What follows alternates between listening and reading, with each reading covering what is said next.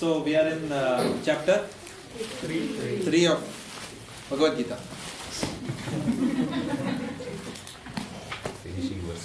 Finishing verses, yes. So in the previous class we completed up to 34. 35 bro. 35 also we did? Yes. Oh yeah. Yes. We did 35 as well. So anyone remembers anything in the previous class? We have to do our prescribed duties because others follow the prescribed duties of what they do. An example of So Jagannath. you have to keep the children quiet. I can still hear some mumbling. I'm not even able to hear what he said. So, Sorry, Prabhu, can you come again? Yeah, we all have to do our prescribed duties Yeah. without expecting the fruit of it and in Krishna Consciousness. We can't run away from doing the prescribed duties. All great men have done the prescribed duties. Example of King Jagannath has also been provided. And even the Lord, even though he does not require the duties to be performed, still does all the prescribed duties in order to establish the Dharma. Beautiful. Yeah. Very nice. Okay. Any other points? Yoga ladder bro. Discuss about the yoga ladder. We discussed the yoga ladder. From animal life to karma kanda, Yeah. and then to akama karma and nishkama karma, and from there progressing to akama karma. What is the difference between animal life and sakama karma? What's the difference between animal life and sakama karma? Regulated sense gratification. Correct. The unregulated sense gratification to regulated sense gratification. So sense gratification is the common thread between. Sorry, I'm mentioning it correctly. What's the difference between unregulated sense gratification, animal life, and karma kanda? I should ask that. I'm sorry, it's a slip of. So yeah, animal life and karma kanda. Karma kanda is regulated sense gratification, and animal life is unregulated sense gratification. In both the cases, what is another thing that is common? In karma kanda and unregulated and animal life. So let me go from the lowest ladder. From animal life to karma kanda, what is common to both? Sense gratification, and what else is common to both? Attachment, yes. The goal is not Krishna. That is common to both. In either cases, the goal is not Krishna. The goal of karma kanda is also not Krishna. The goal of animal life is also, those people also not, they don't aim at Krishna, right? Then what happens? When you climb the third ladder, that's the time there is some connection that happens with Krishna. That's why the word yoga appears at that level, in the third ladder. In animal life, the word doesn't like, there's nothing like animal life yoga. There's nothing like karma kanda yoga, right? It starts only in sakama karma yoga. So that's the first time, that's the first appearance of yoga. Just like, the sun is rising, there's dawn. It's not risen fully, but still you can perceive the sunlight in the morning, right? There's that hue in the sky. Slowly it's rising. So that's the start of enlightenment, beginning of enlightenment. Sakama karma yoga. So sakama karma yoga, what happens in sakama karma yoga? They'll be selfish. Yeah. So sakama karma yoga means that one leg is in Krishna consciousness and another leg is in material life. Has anyone experienced that in this room?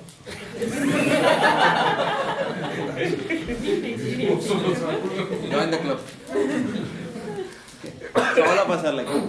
However, most of us, though we are in that ladder, still some people, in that ladder itself there is a gradation. Some people are still higher up in that ladder, some people have just started climbing that ladder, right? So the percentage is different. Some people may be 10% sakama, 90% Krishna. Some people may be 10% Krishna, 90% sakama. Example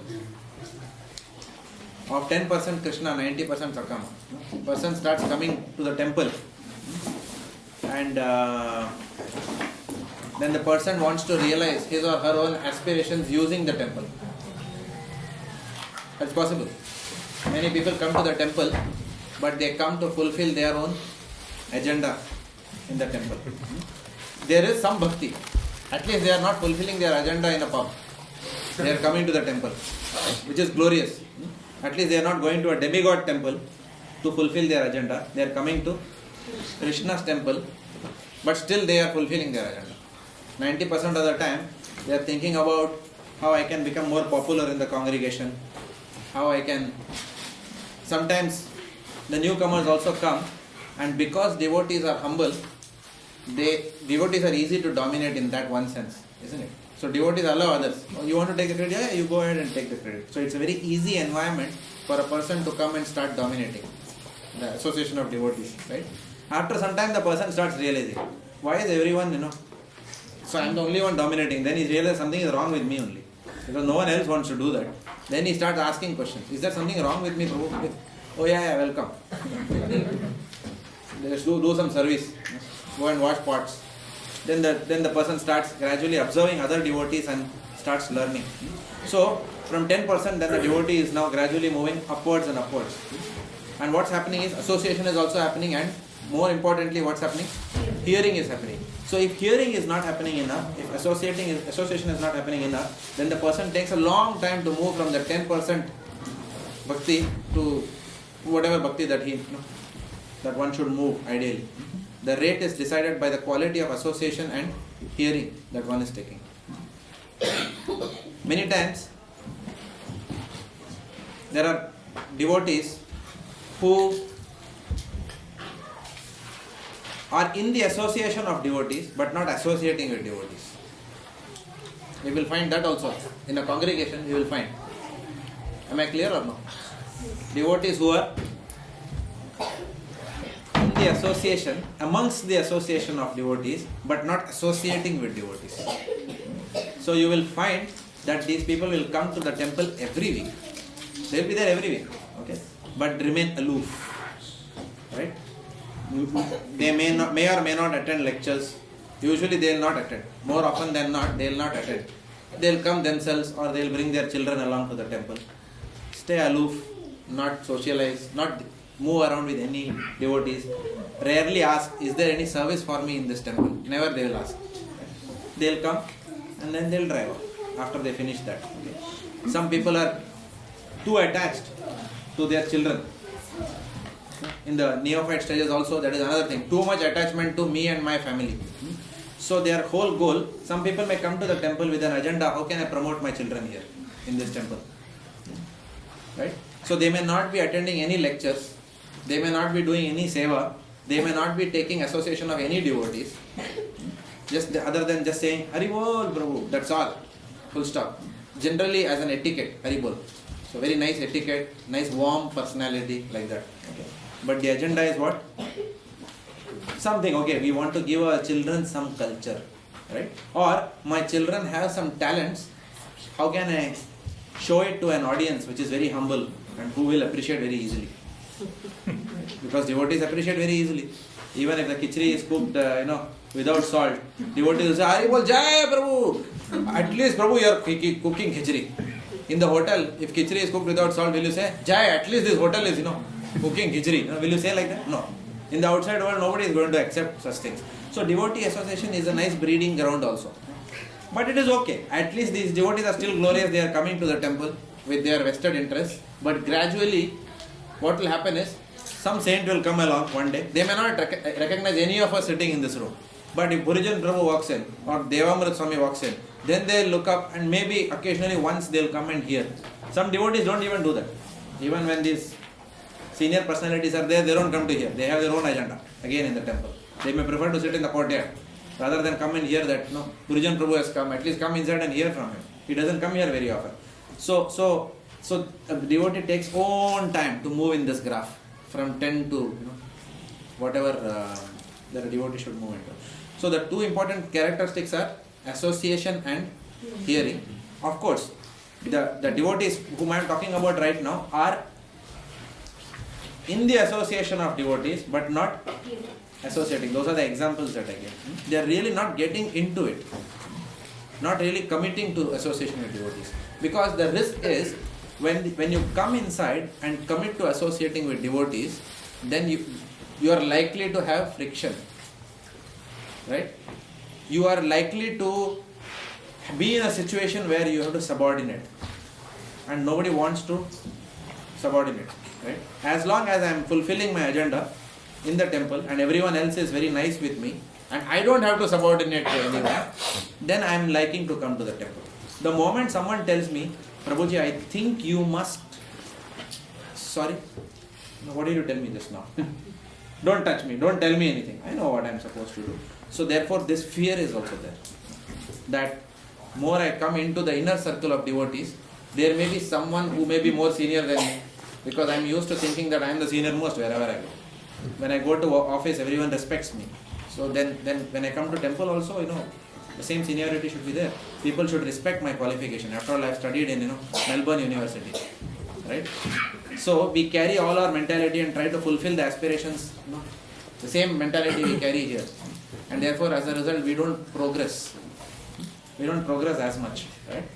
So we are in the association of devotees but not associating. So actually associating means devotees, means subordinating to a person who is more spiritually realized than us, letting little bit of our free will go away, not holding on to our free will, letting other devotees tell us what is good for our spiritual life, and in return for that service of devotees, actually returning the favor of guidance. In one sense, I shouldn't use the word favor, but thinking that way. The devotees are very merciful on me, therefore how can I serve them in return for the instructions that they are giving me and for the interest they are taking in my spiritual life. So that is an interaction. So gradually that happens. If one gives a chance to oneself to do that, then one easily gets into the congregation and progress is very fast. But till the time, then one will always be on the sideline for many years. So it's important to get into the congregation, accept somebody at least as an authority, other than, in fact, some people come, they still accept authority, but that authority has to be someone very big and famous. I will accept authority only of, let's take an example. Which Maharaj should I say? Which Maharaj doesn't come to Melbourne? Okay, I will accept authority only of Radhanath Swami Maharaj. I will not accept authority of anybody else. I respect Maharaj. Maharaj knows me. That's it. I don't care how each of you feel. I have to serve Maharaj, and if in service of Maharaj, I have to ride over 10-15 people in Melbourne, Mahaprabhu Mandir, please understand I am in devotional service. And I am trying to serve Maharaj. Something like that. This mentality is also there. So we carry the mentality of dominating over others, controlling others, projecting ourselves in the front, right? But everything is fine because the mind is justifying that after all I am serving Maharaj. Guru Maharaj I am serving, like that. So a devotee goes through the 10% to that 90%. So most of our struggles are something like this, right? And then finally a devotee may reach a state where the devotee gradually moves from the Sakama platform to the Nishkama platform, where the devotee is not too much in the mode of passion. He has given away his mode of passion. Now he is not interested in a result-oriented activity, right? The service itself is very pleasing to the devotee. So because the activity is not oriented towards producing results, the anxiety is less. Because anxiety is less, friction is less and relationships are better in any activity, right? So the devotee renounces the attachment to the fruits of the results, and then he moves to the Nishkama platform. Now, but the activity itself is now resulting in an attachment to the devotee. Therefore, when that activity is challenged, taken away from that devotee and given to another devotee, there is immediately friction. Friction again surfaces at the Nishkama level also. But I have been doing this service in so many years. I thought I should be the one who should continue like that. This was my seva all these years. For example, sweeping the courtyard was my seva. How dare now you are doing it like that? Or, I know how to do it, you have to do it my way. If it's not done the way that I do it, then I am not in this game. Like that. So here, the attachment is not to the results, but there is an attachment to the activity and the way that activity should be done. So, but the tendency is the same, to exercise my authority and control. The same tendency is manifesting in different ways. It's manifesting in the results, it's manifesting at the activity level. So at the Nishkama platform, then the devotee is attached to the activity, not to the results. And then finally a devotee transcends that and goes to the Akama platform. Akama platform, there is no attachment to the activity, there is no attachment to the result of the activity. There is only one attachment now, to the lotus feet of Guru and Krishna. Let you give me any activity. Today you may tell me preaching service. Tomorrow you tell me go and preach in Pakistan. Day after tomorrow you tell me that you sweep the courtyard. Right? For 6 months you put me in pot service. Right? And then you put me in toilet service. And again from there you tell me you give Bhagavatam class in the temple. No problem. Anything is okay. Because at the end of the day, I am sold to, my only goal is to serve the Vaishnavas, the senior devotees. So I don't mind that they decide what is the best seva for me. When we reach that platform, then we are completely surrendering our free will, false ego, everything to the instructions of Guru, Sadhu and Shastra. And then one moves to the next rung of the yoga ladder. So Lord Krishna has explained all that in the previous class. And we were at verse number 36.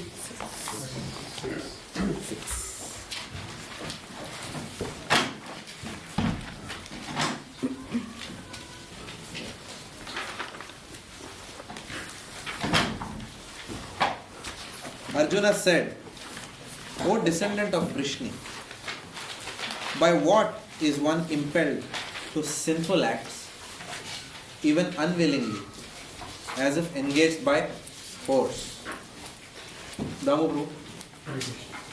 The living entity as part and parcel of the Supreme is originally spiritual, pure and free from all material contaminations. Therefore, by nature, he is not subject to the sins of the material world. But when he is in contact with the material nature, he acts in many sinful ways without hesitation and sometimes even against his will. As such, Arjuna's question to Krishna is very sanguine as to the perverted nature of the living entities. Although the living entity sometimes does not want to act in sin, he is still forced to act. Sinful actions are not, however, impelled by the super soul within, but are due to another cause, as the Lord explains in the next verse. What are the points, sir?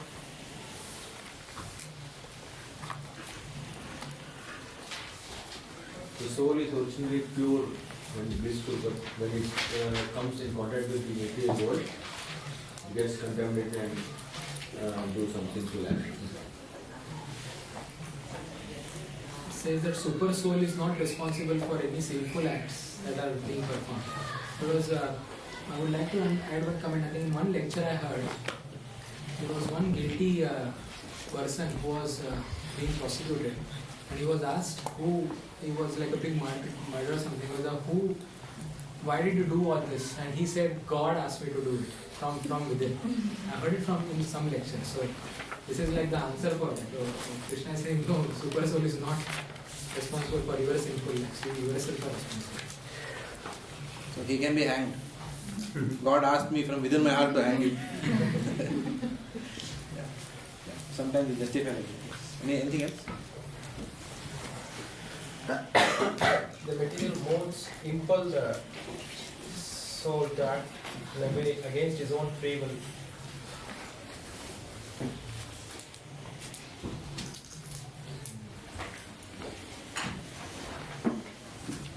How many of you have read the section? How many have read the section before coming to class? Some people have.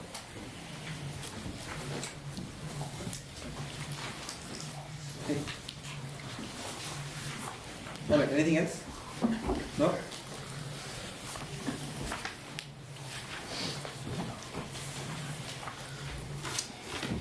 So let's first understand the context in which this whole thing is coming.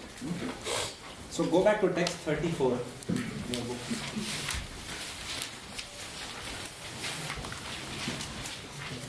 What is Lord talking about in text 34? There are principles to regulate attachment and aversion, raga and dvesh. Most of the material world is revolving around rag and dvesh. We like something and we loathe certain things, attachment and aversion. All our decision making activities in life, many of that is influenced by what we like and what we don't like. Our friendships are also based on that. That I don't like associating with this Prabhu, but I have a lot of affection for this Prabhu. Similarly, Mataji's like that. So, everything is about attachment and aversion. So, there are principles to regulate this attachment and aversion. So, the word used is what? Regulate. So, Lord is giving ladder slowly. He is not saying one should not be attached and one should not be aversion. He is saying regulate it. Giving a very practical approach. There are principles to regulate attachment and aversion. And those are that's why Prabhupada called it as regulative principles. 4 regulative principles. There are principles to regulate attachment and aversion pertaining to the senses and their objects. One should not come under the control of such attachment and aversion. The soul should not come under the control of attachment and aversion because they are stumbling blocks on the path of self-realization. They are stumbling blocks. So Lord has said that in 34. So there are 3 points that Original Prabhu mentions in his book Surrender Unto Me. What does he say? He says that our senses are attracted to several pleasures. Topmost pleasure for the senses is what? Sex desire. Topmost pleasure. So our senses are attracted to pleasures, especially sex desire, and all those desires that money can afford. Right? These are the 2 things that keeps the whole world moving. Lord Rishabdev, what did he say? Pumsa striya mithuni bhavam evam taror iva hridaya grantirahu ato sutapta vittaya grah kshetra sutapta vittaya janasya mohoyam aham mameti. So this whole world, Lord Rishabdev is saying, in which canto was it? Fifth canto. In 5th canto, Lord Rishabdev's teachings. He is saying that this whole world is moving around sex desire. Everyone is working very hard. The men are working very hard to attract the opposite sex. The women are also working hard, okay, to grow up the corporate ladder, or again, so that they can also enjoy with their opposite sex, like that. Whole world, every activity is roaming around this one focus. How can I increase my bodily enjoyment with the opposite sex? In a subtle way or in a gross way? In a subtle way also. So this attraction is very powerful. And also, how can I give pleasure to my senses through the wealth that I have accumulated? That's why we go to spend hours in Maya's, or what is that, Chatstone shopping center, like that. Just go window shopping. That's all. Let's relax one day. The idea of relaxation is what? Let's go to Chatstone. What do we want to buy? We don't want to buy anything, but just let's go. At least seeing there is no problem. And then today it will be mentioned. What happens when we go for seeing? Dhyayato vishayan pumsa. How do we start contemplating on those things? And then desires arise. So the senses are automatically attached to sex and to everything that money can buy. The senses are simultaneously repulsed by austerity. Oh my God, tomorrow is Ekadashi, yeah? At least I respond like that. I'm sure all of you don't respond like that. But for a person like me, sometimes, tomorrow is Ekadashi, oh my God. So, previous night at least, even if you're not hungry, take some farsan, like that. What is the farsan you call it? Savories. Namkeen. Yeah, something namkeen. And fill it such a way that At 11:45. Yeah? 11:45. Yeah, 11:45. Still, So the senses are repulsed by holy places, fasting, obeying someone. These things senses repulse. But sex desire and money, ability to buy, senses are attracted. This is how we are. So the Shastras, so there is, on one hand there is attachment, rag. On the other hand there is dvesh, attachment to sense gratification. And then there is aversion to things which inhibit our continued sense gratification. Okay. So the Shastra therefore is recommending, Lord Krishna is recommending here that one has to perform one's prescribed duty in Krishna consciousness to overcome this rag and dvesh. And one has to regulate one's life. So that is why this Ekadashi is given. Especially for people like me, who have too much attachment to grains and sweets. Right? So one day Ekadashi is given. Even sometimes I tell Yamunalil also, make Ekadashi sweet on that. So still that attachment is not going, but at least there is some level of control is there. Automatically in 15 days you are eating apple in office and carrying banana instead of something else. So there is some control that we are having, and we will see more of that control as we go along today, and why those controls and balances are very important, and more so ever in Grihastha life. We will see that. So yeah. When you mentioned that the first point, senses are attached to several pleasures on a gross and subtle level, what do you mean by subtle level? Subtle level means, for example, I am not attached to furniture, I am not attached to car. I live simply in a one bedroom, right? But please all devotees respect me for that. Acknowledge me. See how humbly I am living. So please take me as an example, all of you. So we want to be, so His Holiness Radhanath Swami Maharaj once said that desire is to, we become proud of our humility. So we want to be acknowledged for being very renounced and detached. So that is a subtle desire. It's not gross, but it's subtle. It's inside the mind. So you had? No, bro. No. I want this woman is beautiful. Yeah, that is gross desire. Yeah. But I am not attached to any woman. And better the congregational acknowledges that. Like that. And therefore the women can develop attraction for a person who is not attracted to women. Oh, how renounced is Prabhu. That is called as subtle desire. So these desires are very, that's why it's said, see, lust is subtler than the most subtle form is lust. We never know when this will attack. Very, very subtle. We'll talk more about it. Technical question there. Yeah. So, do we only get karma for actions or for desire as well? I mean, we don't have control of the mind that we know when we chant. So, I mean, how are we to be?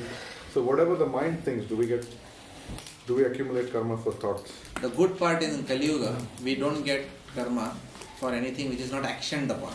Okay. That's thanks to Kali Yuga. Thanks. However, pardon? Thanks for letting us know that. No, Keshav Prabhu was once telling in the class that if our mind, if there could be some equipment like this, and if we could project everyone's mind, even during Japa session in Mangala Arati on television, he says nobody will talk to anyone in this congregation. Nobody will talk to anyone. That is because Kali Yuga. That is how our mind is. So thankfully, in Kali Yuga, there is no offense for mind. But if the thing is kept in the mind without trying to clear it off, then that festers into poison. And then inevitably it reaches a point where the frog will jump out. Like that. Prabhu, like that. It will go there. I've been thinking of telling you many times. Like that. And then he'll say, but that will come out. So it's better to take it out of the mind by taking higher advice. Being proactive if something is troubling our heart. And that is why it is mentioned here also. Seeking able guidance when it is troubling our heart. At that stage itself, let the frog come out in front of a senior authority. Dadati pratigranati guhyam akhyati pruchati. Guhyam akhyati pruchati is very important. Opening our hearts out to someone who we trust in the congregation, that he will give us shastric advice and not take advantage of and judge us and say, oh, you, how dare you have such thoughts.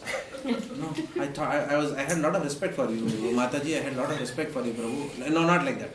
Then that is not proper guidance. A person who will do empathic listening, who will understand what this devotee is undergoing, appreciate that devotee, that I am happy that you have made it, you have opened your heart and said, not many people have the courage to open up their anarthas, and then lovingly guide that devotee.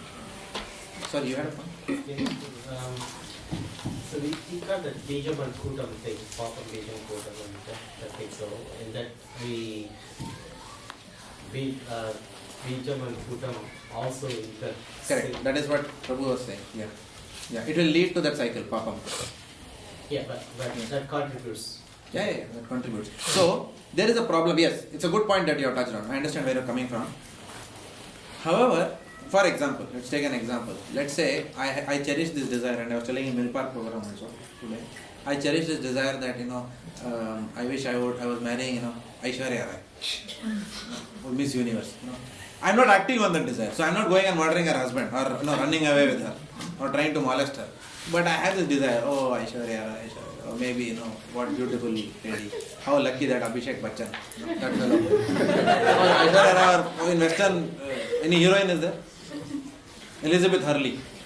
She is old or young? I don't know much Western heroine, but okay. Some heroine you say, Hollywood heroine, right? And I'm always meditating. Oh yeah, I wish I had such association in this lifetime. Now I'm not acting on that, but it is still there as a bijam inside my heart. That desire is there, right?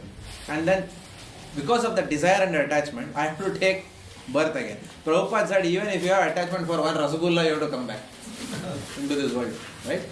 So therefore, it is not a good idea to keep those desires inside the heart.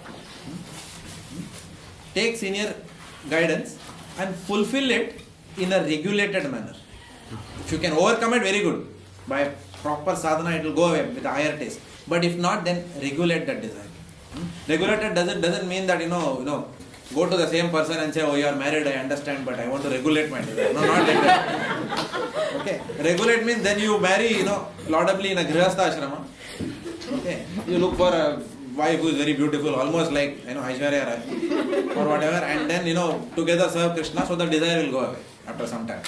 The lust will transform into love and affection, like that, and respect, like that. So, but it's not a good idea to keep it inside the heart and just leave the body with that, because the mind will then contemplate that only at the time.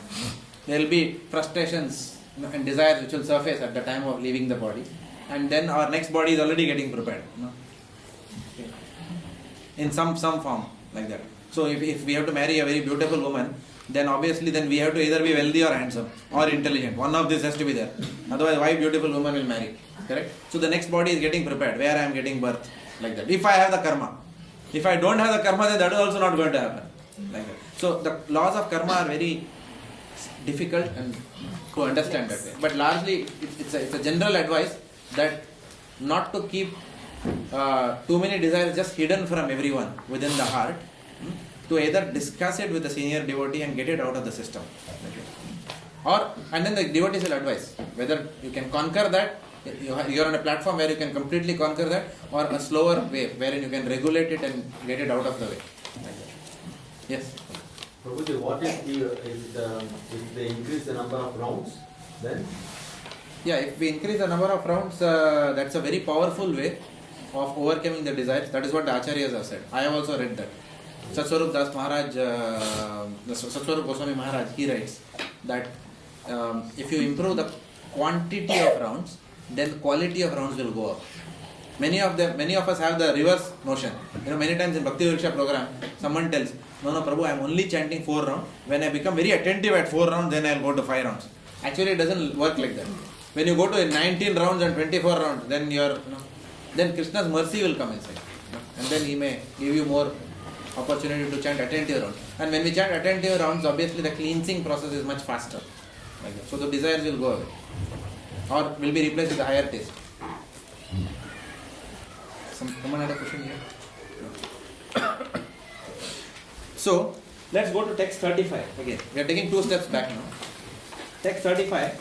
It is far better to discharge one's prescribed duties, even though faultily, than do another's duties perfectly. Right? Distraction in the course of performing one's own duty is better than engaging in another's duty. For to follow another's path is dangerous. So these 2 verses are given. So there is, on one hand, there is a regulation to control rag and dvesh. On the next verse, prescribed duties to be done. So now, having heard these two instructions, one may start thinking that, look, from today onwards, I am deciding I will do my prescribed duties and I will be very regulated in all my activities. Okay, I will control my rag and dvesh. But experience has said that it is easier said than done. Well, that is the problem here. So, because experience has said that it is easier said than done, Arjuna also knows that it is easier said than done. Do our prescribed duties, regulate everything, attachment, aversion, etc. But he says that, but still, even after all these instructions, my mind is still could flow into Vishaya, like that, to sense gratification. What I am just an ordinary conditioned soul. Arjuna is now taking the role of an ordinary conditioned soul. Arjuna is actually a very high class devotee. Right? He is in Sakyaras with Krishna. But still he is put in that position as if he were one of the earthly living entities. Like that. So that he is asking this question. So Arjuna is asking a practical question to the Lord, and that is the genesis of 36. Now if you understand 34 and 35, you understand the link to 36. So Arjuna is asking, O descendant of Vrishni, I have heard that you have told me all about prescribed duties and controlling rag, dvesh, regulating everything. But what if one is impelled to sinful activities, even unwillingly, as if engaged by force? Despite hearing all that, what do I do? Like that. And that is what Lord Krishna is, that is what the purport Prabhupada is giving here. So, the definition of sin is, in the Sanskrit terminology for sin is what? Papa. So how is sin defined? What is the definition of sin? Sin is action which is in contrary to one's prescribed duties. That is called as sin. In contrary to what Shastras are saying. That's called as sin. Of course, sin is contextual in many cases. So, for example, sometimes we share this in the Bhakti Vriksha programs, especially for beginners, we give this example. And sometimes in the classes also we give this example here on Saturday feast or Sunday feast class.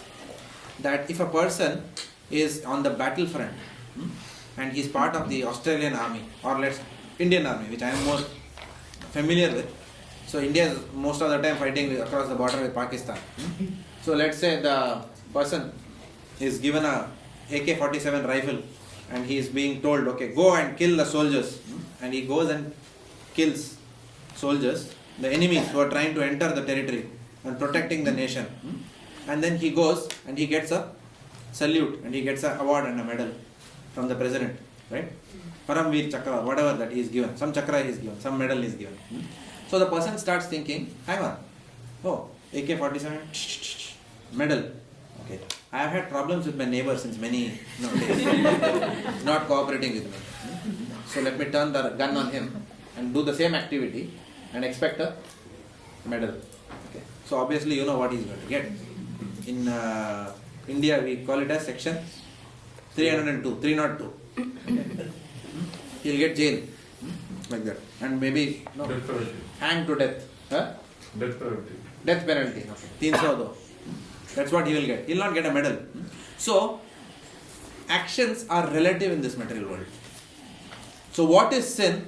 The action is the same, but sometimes it becomes meritorious and sometimes the same activity is condemnable. Like that.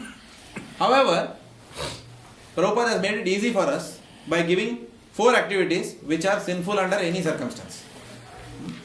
What are those 4 activities? We all know. Meat eating, illicit sex, intoxication and gambling. Under no circumstances can these be justified. Of course, this may generate a question, why did Yudhishthira gamble?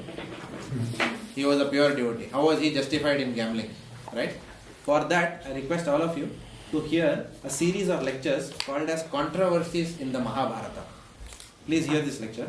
It is given by my godbrother Govind Prabhu. Very beautiful series of lectures.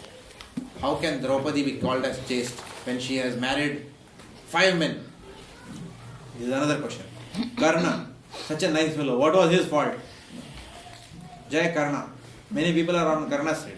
There are movies also made, in Bollywood, which support Bollywood or Tollywood, Tamil Nadu, somewhere. There is an entire movie on how Karna is more glorious. They are completely projecting Karna as the hero of the Mahabharata. You know? So people don't have correct knowledge of these things. So these, and even Ekalavya. How can Dronacharya ask for his thumb? Right? It's unfair because Ekalavya had the power to match Arjuna. He was such an and he was rejected as a disciple by Dronacharya. So he made a statue of Dronacharya and then became very expert at that. And when Dronacharya came, he sensed something wrong there and he said, okay, Guru Dakshina, I want to give you Guru Dakshina. What do you want? He said, give me your thumb. And that finished his career in archery. And people are crying, oh Ekalavya, it's not unfair. Dronacharya has not behaved shastrically. So our mind will obviously, because we are seeing everything from the platform of mundane morality. So a devotee has to lift himself above the platform of the three modes of material nature. Morality comes under which platform? Mode of goodness. But a devotee sees everything from the transcendental viewpoint. And many people struggle from going from the mode of goodness to the transcendental mode. So one has to hear from very senior realized souls. And Govind Prabhu is one such soul who has given this series of lectures for our benefit. So I request all of you, it's there in ISKCON Desire Tree. You can go and search for, put a search on Govinda, Govinda, or go to Govind Prabhu and see his lectures. In seminars, you will find that. Controversies in the Mahabharata. Some of them he has given in Hindi.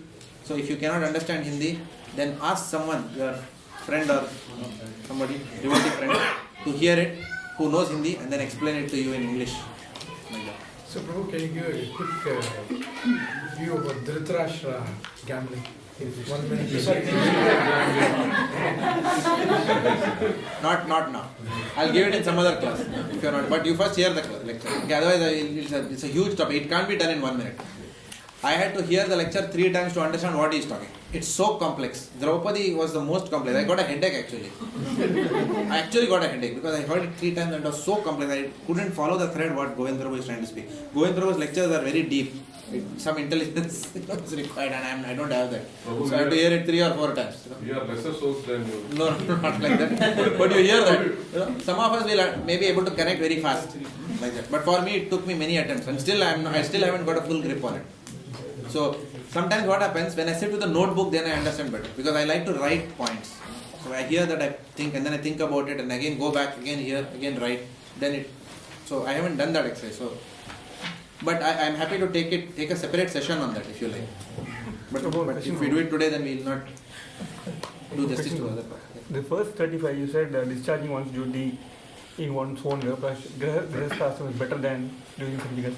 But how do you understand then Vishwamitra, who was born as a Brahmana, Kshatriya, but he became like a very powerful Rishi, Brahmana, and vice versa like Parashuram, who was born as a Brahmana, but he acted like a Kshatriya, but they were perfect in their own, whatever new ashram they took. How do you understand that? Yeah. So one can change one's ashram. There is no problem. Kadambakaran Maharaj was a grihastha. He changed. Now he is a sannyasi. Gurujan Prabhu and Jagatani Mataji were grihasthas. Now they are vanaprasthas. So one can move from one ashram to another. What Lord is saying here, don't be in one ashram and do the duty of another ashram. That's what he said. They're talking about varna, I think. What is that? More than ashram, I think the question was... No, anything. So don't be in one varna and try to do job of another varna. Okay. Understand? So for example, if you are a sannyasi, and in India it has happened, especially in some matter, I don't want to name it because I'm on camera. So you will find great leaders, spiritual leaders, who have got so much involved into nationalism, politics, etc. So what they are trying to do, they are actually supposed to do job of a Brahmana, but they have got into administration and they are trying to go there and show their prowess. And what happened? The whole matha has collapsed because of that. And people are directionless now. Right? So that is what happens. So being in one ashram or being in one varna, don't try to poke your nose into another varna. Wherever you are, sthane sthita, wherever you are in grihastha ashram, do that, execute that properly. And follow Krishna consciousness. So is that decided by birth or by... No. Guna karma vibhaga. Chatur varuna maya shashta. Guna karma. It's not by birth. It's by guna and karma. It's by our aptitudes that we take some ashram and some occupation. Earlier also there used to be like Rajaguru and king used to take advice of the Rajaguru before he took any important decision. Yes. So the Brahmanas also used to advise. For the Correct. That is the right Varnashrama Dharma. So king is still doing the job of administration. King is still doing the job of administration, but he is taking advice under the Brahminical layer. He is doing that administration under the umbrella of spiritual instruction, Brahminical instruction. But he is still doing administration. For example, a king may decide that the tax percentage in this year will be 5.5%. Okay? Because if I increase the tax percentage, then people may not have enough to survive, and therefore they may have to work doubly hard, so they will not have time for spiritual life. So he is consulting the Brahmanas and saying, oh, reduce the tax, whatever. On the other hand, he may increase the tax also, saying that people have now too much of wealth, such that they are becoming intoxicated and whatever, he may increase that. But everything he is doing under Brahminical guidance. Of course, I am just giving a very mundane example, but this is how it is. Every decision is taken under Brahmana. But he is not doing the job of a Brahmana. The king has not started advising as if he is a Brahmana. He is taking advice of a Brahmana. Or the Brahmanas are not, getting into the activity of, is the tax procedures, correct? No, they are not sitting and writing down policy documents like that. They are giving shastrical guidance. Under that, the policy documents are there. Even in management theory. In management theory, the shared values of an organization decides the strategy of an organization. The strategy decides the structure of an organization. The structure and the strategy decide the systems in an organization, systems and processes. The strategy decides the skills in an organization. Right? The strategy decides the style of management an organization needs to follow. Like that. So everything is still coming from the shared value circle. This is actually the McKinsey 7S model of corporate governance like that. So same thing, when you apply the values that govern a society, the core set of those shared values come from Krishna conscious principles. Now that will manifest in the form of policies, guidelines, processes, systems, right? Yeah. How about the Brahmanas taking charge as administrators? Like, for example, the Peshwas from Maratha lines, like they supposed to be Brahmins, but they took charge of administration. There are exceptions in the Bhagavad where it has happened. When King Vena fell down, he was already fallen. So the Brahmanas, by their mantra power, they finished Vena. That was because the situation demanded so. So there are exceptions. Even Dronacharya. Fighting in the battle. Dronacharya, he was a Brahmana fighting in the battlefield. There are exceptions to every rule. But that's not the rule, those are exceptions. So Peshwas doesn't come under this. Pardon? Peshwas, the recent example from Maharashtra, that they Brahminical cult, they took the role of administrators. Who's Peshwas. Peshwa. Oh, okay. Yeah. Peshwas. So how do we judge them in this case, like here?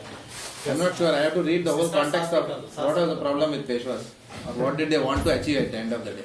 No, and in Kali Yuga, I think I read in the Chaitanya Charitamrita somewhere that in Kali Yuga there are no Varnas left. It's all mixed up in Kali Yuga. Only ashramas are left in Kali Yuga. Varnas are all mixed up. It's all gone.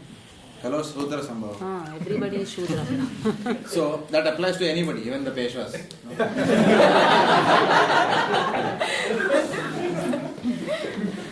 So, but please understand, whatever Peshwa or Morarji, Baji or Tanaji and whatever you talk about, whatever we talk about at the end of the day, what were they fighting for? They were attached, their whole identity was what? Their identity was Jai Maharashtra. Right? Their attachment was for a piece of land. Their identity was a piece of land. And today we are talking exactly about that. And sorry to say that, but Prabhupada calls it as lust. Attachment to one's country, land, all these are symptoms of different manifestations of lust, Prabhupada says. It's very difficult to digest this.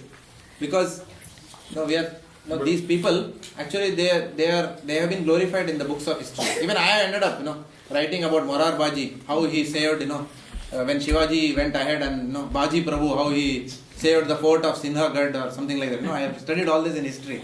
We are used to glorifying all these people. Yes, they have lot of good qualities in the sense that they have sacrificed their lives for the welfare of others. But again, there is a difference between the mode of goodness and seeing things from a spiritual standpoint. For example, the same Shivaji, okay, when he is meeting Santa Ramdas, Saint Ramdas, okay, now that is an activity which when I came to Krishna Consciousness, that I really started appreciating in King Shivaji. Because then he took spiritual guidance from Sant Ramdas. Like that. In fact, he told Sant Ramdas that I want to join you. But he said, no, you go ahead and do your duty as a Kshatriya. So that is the guidance that a saintly person gives. You go, rule it under Vedic principles. Like that. And which I think Shivaji Maharaj did to quite an extent. He established a lot of order in society. And he was a very virtuous and good king. Like that. Of course, he had to do his job of keeping the Mughals away. Because the Mughals were trying to take over. But anyway, I don't want to get into that part. But please understand there is a difference between working in the mode of goodness and working in the transcendental mode of goodness. So if you really want to analyze specifically about Peshwas, then we'll have to obviously read the entire history of Peshwas and then find out whether they were operating in the transcendental mode of goodness or the mode of goodness. Better to read Bhagavatam, given the short time that we have. Prabhupada's books itself is taking a lifetime for us. Okay, so definition of sin is papam, and there are 4 activities which are condemned regardless of anything. Meat eating, intoxication, illicit sex and gambling. Why? Because these are the 4 principles of dharma. What is destroyed by meat eating? Compassion. Compassion. What is destroyed by illicit sex? Cleanliness. Then what is destroyed by intoxication? Austerity. By gambling? Truthfulness. So these are sins in any situation. Okay. So, how do we differentiate what is sin and what is not sin? This is coming directly from the Shastras. The principles of dharma, they come from the Shastras, from the Supreme Personality of Godhead. Dharmam tu shakshat Bhagavad pranitam. So there is no other person who can tell us what is dharma. So to know whether an activity is in which mode of goodness and whether it should have been done or not, from the lens of, for example, Manu Samhita, something may be okay. But from the lens of Paramahamsa Samhita, which is Srimad Bhagavatam. Srimad Bhagavatam is called as Paramahamsa Samhita. From Manu Samhita it may be okay. Because Manu Samhita is law for mankind. Little bit of morality stuff comes in. But Paramahamsa Samhita, Srimad Bhagavatam Rasamalayam, it is above all the 3 modes of nature. So from that lens, the perspective is completely different. And we will see 1 or 2 aspects today of that perspective. Okay. So Srila Prabhupada says that originally the nature of every individual is what? Sinless. No soul is sinful. The soul actually cannot be touched by sin. Only it is covered by sin, but it doesn't get mixed with sin. It's covered by the layer of ignorance. So originally the nature of the soul is pure. And whatever nature that a conditioned soul is acquiring, that is called as the acquired nature of the soul. And because of the acquired nature of the soul, then the soul engages in meat eating, intoxication, all those things. Prabhu, I've got a question. Yeah. I'm not sure which verse, but few verses back that 5 types of air, apana, vyana, you said the soul gets contaminated. Contaminated by those, yeah. The 5 life airs. Yeah. But now you said the soul is covered, but soul is not contaminated. No, the soul is, the fact that the soul is covered, that phenomenon is called as contamination. When it is covered, the soul is pure. Soul is always pure, it's covered by that. For example, if I am walking with a white shirt, in Bombay, after some time the shirt appears brown color because of the emissions from the trucks and whatever. Okay. But it's still you cannot say, oh, what beautiful brown shirt here. It is white shirt, you will say. So then you will say, okay, prove it to me. Okay, put it in the detergent powder, and when it comes out, then it is supposed to come out sparkling. The company is really, product is genuine, right? And you can see the brown, thing in the bucket like that. So the soul is like that. The soul originally is pure. It appears because of the association with modes of material nature. It covers the original qualities of the soul. It covers the original potency of the soul. And that's why, because of this acquired nature, the soul develops those defects. Making mistakes, being under illusion, cheating propensity, and senses are imperfect. Which Prabhupada writes in that Purnamadam, the first purport of Isopanishad. So that's an acquired nature. So because of the cheating propensity, the soul may start thinking that whatever sinful activities I am doing, maybe Paramatma is making me do that. Because of the cheating propensity. So therefore Prabhupada is clearly clarifying here that Paramatma is not responsible for sinful activity. Paramatma is also not responsible for us not doing some duty. Sometimes when we tell people, Hari Bol Prabhuji, please come sometime to the temple. Oh, जब प्रभु की इच्छा होगी हम आ जाएंगे. जब प्रभु बुलाएंगे हम आएंगे. Which means, Adrian Prabhu, for you in English. Okay. Oh, when the Lord calls, we will come to the temple. The call has not come. Either Krishna will personally knock at the doorstep or give a call on the cell phone and say, can you please come? Like that. So this is what they are doing is they are blaming their laziness on an internal call which is supposed to come. So I am blaming Paramatma now for not coming to the temple. Right? Or I go and murder someone and as Prabhu pointed out, I am saying, Paramatma told me to kill. Like that. Right? This is just shifting. This is all mind game. That's all. There is no truth. There is no fact in it. Paramatma is Upadrushta and Anumanta. Paramatma is Bhagavan himself. He will only guide us in the path of self-realization. But even Paramatma doesn't take over our free will. He will tell you, don't do this. But our free will, we can still go ahead. That one free will, Lord never takes away from us. And that is, free will is the root of all our misery. In one sense. Misuse of that free will. So it's very important to understand this central point in this purport, that sinful reactions are not impelled by the super soul. So then what is the cause of this sinful reaction? If it's not super soul, what is it then? Lord Krishna explains in the next verse. The Supreme Personality of Godhead said, it is lust only, Arjuna, which is born of contact with the material mode of passion and later transformed into wrath, and which is the all-devouring sinful enemy of this world. Gunamani Mataji? When a living entity comes in contact with the material creation, his eternal love for Krishna is transformed into lust in association with the mode of passion. Or in other words, the sense of love of God becomes transformed into lust, as milk in contact with sour tamarind is transformed into yogurt. Then again, when lust is unsatisfied, it turns into wrath. Wrath is transformed into illusion, and illusion continues the material existence. Therefore, lust is the greatest enemy of the living entity, and it is lust only which induces the pure living entity to remain entangled in the material world. Wrath is the manifestation of the mode of ignorance.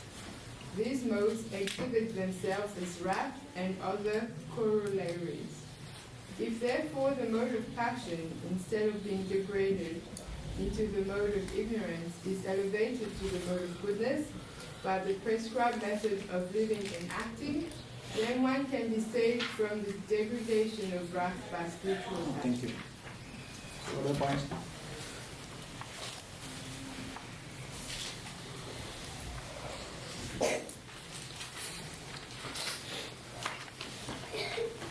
Lust is born in the mode of passion, and if it's uncontrolled and unbridled, then it will degrade us into the mode of ignorance, and thereby resulting into wrath. But if through some control, we can lift it up into the mode of goodness, and we can get some control over lust until we transcend that, until we transcend the three modes.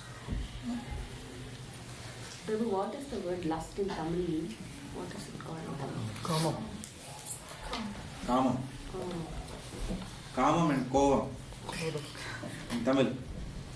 Kamam will become Kovam. Krodam. Kamam, Krodam. So Krishna is saying Kama Yeshara, Krodha Yeshara. Kama. The verse itself. Kama. I forgot Sanskrit. Yeah, Kama Yesha Krodha. Yeah. Yeah. The lust also originates from the Supreme, because originate is love, so actually lust is also coming from Supreme. So actually I had a question on that. I mean, it says that it comes from Supreme, but actually in essence it doesn't come from Supreme, right? In the spiritual it is actually love. Only when it comes in material world it is lust, right? Perverted reflection. So actually there is no lust in spiritual world, right? There's love. there is lust, but that is not material lust in the spiritual It's world. pure love. Yeah, it's pure love, but still the gopis are attracted by Krishna. They want him. That's why it said that. In that sense, that lust is there. And Radharani also gets angry when Lord Krishna is going, when she finds out that he's gone somewhere else, she is getting angry. Satyabhama gets angry, like that. So there is that intense desire for Krishna. The attraction to Krishna is so much that in one sense you can call that as a spiritual lust. Yeah. So in that sense. But Prabhupada said English is an imperfect language. So you cannot really substitute with English words those feelings. Like that. So in that sense, lust actually originates from spiritual world. Is Prabhupada means that lust, or is he meaning the actual pure love? If Prabhupada, whenever he is talking about the spiritual world, he is meaning love. And in the material world, he is saying it's lust. In the spiritual world, it's called as Divya Unmad, which means transcendental madness, which is what Chaitanya Mahaprabhu also came to demonstrate to all of us. What is the transcendental madness? Oh, Krishna, Krishna everywhere. He sees a hill and then he is seeing, okay, it's Govardhan hill. It is not Govardhan hill, but he is perceiving it as Govardhan. Everywhere you see Krishna and you are searching everywhere. Where is Krishna? Where is Krishna? Where is Krishna? Like that. Just like, now in the material world, you can't even relate actually. It's not good to relate both, but the material lust is how? A person who is always women hunting. Okay, this woman, okay, shall I have association with her? Shall I have union with her? Oh, she looks beautiful more. Oh, she, like that. So our senses are completely now mad after a woman's flesh. Whereas there, that madness is completely for attaining Krishna's association. So this is a perfected reflection of that. This attraction. Yeah. So can we say that the material lust is attachment to the matter, dead matter, while spiritual lust is attachment to the Krishna. Spirit. To Krishna. To Krishna. Yeah. Correct. Yeah. So, and material lust comes out of contact with the three modes of material nature, and spiritual lust comes out of... Spiritual lust doesn't come from anywhere. It is already there inside. It has to be uncovered, that's all. Prabhupada says Krishna consciousness is not an artificial imposition on the mind. We don't have to develop spiritual lust. We have to purify ourselves to realize that spiritual lust. Because that's our constitutional position. Okay. One more point in Bhajagovindam, Adishankara says, Angam Galitam, Halitam Mundam. That is like body is old and weak and very bald, and man is holding, taking support of a stick. Still the dust doesn't go away. And to get away from this, Good point. Okay, so there are a lot of points that Srila Prabhupada makes here in 37. The first point he makes is lust is more subtle than wrath. Is it pronounced as wrath or wrath? What's the correct English pronunciation? Wrath. So lust is more subtle than wrath. Lust may actually go unnoticed, and that is the biggest problem. Lust is like diabetes. It's a silent killer. It's not manifest outside. What's going on inside the heart is maybe different than what the external is like. So therefore it's more dangerous. It may go undetected. Lust may come in many forms. Lusty people may even be there all around in the congregation. Entirely possible. Even in devotees, because everyone is in different grades, Sakama levels, 10 to 90. There may be attraction to Krishna, but still there may be lust in the heart. Very much possible. It is this lust itself, despite the very good intentions of ISKCON. ISKCON has pure intentions. In fact, ISKCON is probably the only institution in the world, maybe there are other mathas also, but really who are enforcing the 4 regulative principles, chanting minimum 16 rounds, no compromise. Prabhupada gives very high standards. But despite all this integrity of purpose, ISKCON still went through the most turbulent period at the time of child abuse earlier. And many times people are saying that, oh, because of this, in your ISKCON this happened and that happened, therefore, So when same abuse happens in office, people don't say, oh, but in this company child abuse is happening, so therefore I put in my papers. No, nobody does that. But when it comes to bhakti, people will take shelter of all these things. That this happened and that happened, therefore I am not doing. So the world is also taking undue advantage of this. But a serious devotee knows what is an imperfection which is a result of probably management issues and lack of governance, and what is a genuine issue which is because of lack of depth of spiritual principles. So in ISKCON, there is no lack of depth of spiritual principles. Our philosophy is perfect. There is no philosophy in this world which can match Vaishnava philosophy. No philosophy can match. It's the highest philosophy, right? And this institution is started by a pure devotee, Srila Prabhupada. So there is nothing wrong with the purpose. There is nothing wrong with the intent. There could be something wrong, which was early days, that the governance was not as much lacking, and something slipped through the cracks, and all these things happened. So even within such a pure institution, still people somehow entered with a genuine intention of doing bhakti maybe, but then obviously their desires were not fulfilled, so they took advantage and got into Maya, despite their Krishna consciousness. Maya overtook, and therefore all these things happened like that. So this lust is a silent killer. It can attack at any point in time. So a devotee should never take his or her purity for granted. This can come any moment and attack like that. So therefore, ever since, ISKCON has also implemented strict vigilance and policies around all these things. Even Anirudh Prabhu, during the strategic meeting, he was continuously emphasizing that we need to do something for child care here, to protect the children, keeping an eye, because so many children are there, they are playing in the courtyard. We don't know who comes into the temple, who goes out. Somebody may come, oh, your child is going for doing book distribution, and then whether he'll take advantage, we don't know, right? So we cannot take for granted just because everything is temple and spiritual atmosphere. The vigilance is still required. There is nothing wrong with the philosophy. Champaklata Mataji had come, child protection. She did that seminar. Yeah, Champaklata Mataji, she talked about this as well. She came to start that team, child protection team. Yeah, correct. Yeah, Champaklata Mataji was here, and I think you attended that seminar, right? Little bit of that, yeah. So there was a Mataji who had come here specifically for establishing child protection policies in the temple.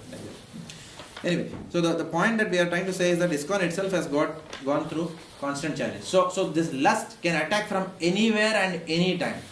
So we have to always guard against this enemy of lust in our life. It's a constant challenge.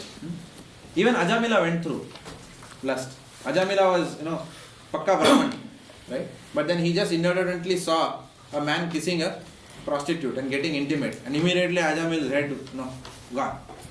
Dhyayato Vishyan Pumsan. He started meditating on that, and then he developed attachment for that prostitute. He married her, and of course, thankfully, he said Narayana at the end of his lifetime. So Vishnu Dutas saved him from the Yamadutas. But still, that lust is so powerful. So, and of course, Ajamila was in the forest, but the forest is verily here in Australia in the form of tram and train. Whatever Ajamil saw in the forest, we are seeing every day in tram. Right? Openly it is all happening. So our minds are also getting constantly challenged. And Maya is saying, oh, what? Yeah, you are hearing lecture. Stop, man. Look, that fellow is enjoying, like that, in the front seat with his girlfriend. You also enjoy. But here anything goes in public. So it's okay, chalta hai. And then our minds are getting... That is why this protection and regulation is extremely important. All around it is there.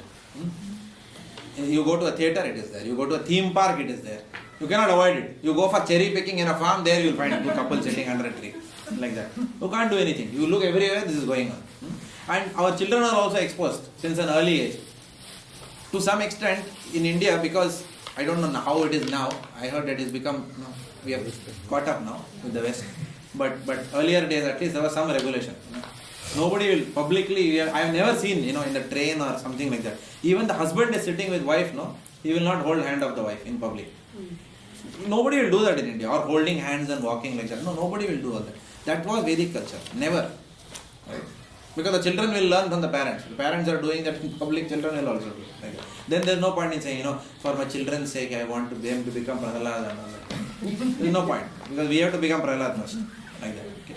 So, because of this degraded culture that we are now exposed to, then we are constantly vulnerable. Constantly vulnerable. You may have done attentive chanting, 16 rounds, everything, but cannot take it for granted. Because all this scene is right ahead of us, in front of us. Even if nothing gets you, an advertisement will be there. It's a Nokia phone or some cell phone, but somehow the lady is not wearing clothes. I don't know what it has got to do with the product, right? So immediately, because if you put cell phone there, nobody will see. But say, oh, very good. Oh, what is cell phone? So immediately that attraction, like that, and then it agitates your mind. Oh, like that. You are nicely hearing Bhagavatam, and now something is alluring you. So this is a constant challenge for all of us. Constant challenge. So lust is more subtler than rag. And this lust, the second quality is what? It burns like fire inside the heart. And Srila Prabhupada says further down that fulfilling this lust is like putting fuel on the fire, not pouring water on the fire. The more you fulfill it, the more it will burn. Therefore, the philosophies which say, enjoy, till there was one person from India who became very popular in the United States. The philosophy that what I heard was that enjoy till you exhaust it. But Lord Krishna is saying, the more you enjoy, the more there will be desire to enjoy the same thing. Because last experience was like that. Again you will go for the same experience. Like that. So therefore, one has to really understand that fulfilling it doesn't mean that, okay, I will fulfill it now so that it goes away. No. We may inadvertently fulfill that, but we have to always remember Lord Krishna's instruction that fulfilling that will only increase that desire. Past experience one wants again and again and again and again. Like that. It burns more fiercely. So the mind dwells on the past experience, sees innovative ways of fulfilling that also. Through media, through movie, through advertisements, all these things generate those desires within the heart, like that. Public places. These are all impediments to our reaching Krishna. Gaurang Prabhu, my godbrother, he once said that the mind is like a camera. Those cameras which you used to have earlier, click, and then it takes the image and stores it in a film. And the film is processed in a dark room. So the mind sees an object of sense gratification, takes the picture of it and stores it in the mind itself, and then the intelligence starts then meditating on that object. Oh, how nice that scene was, very nice, very nice, very nice.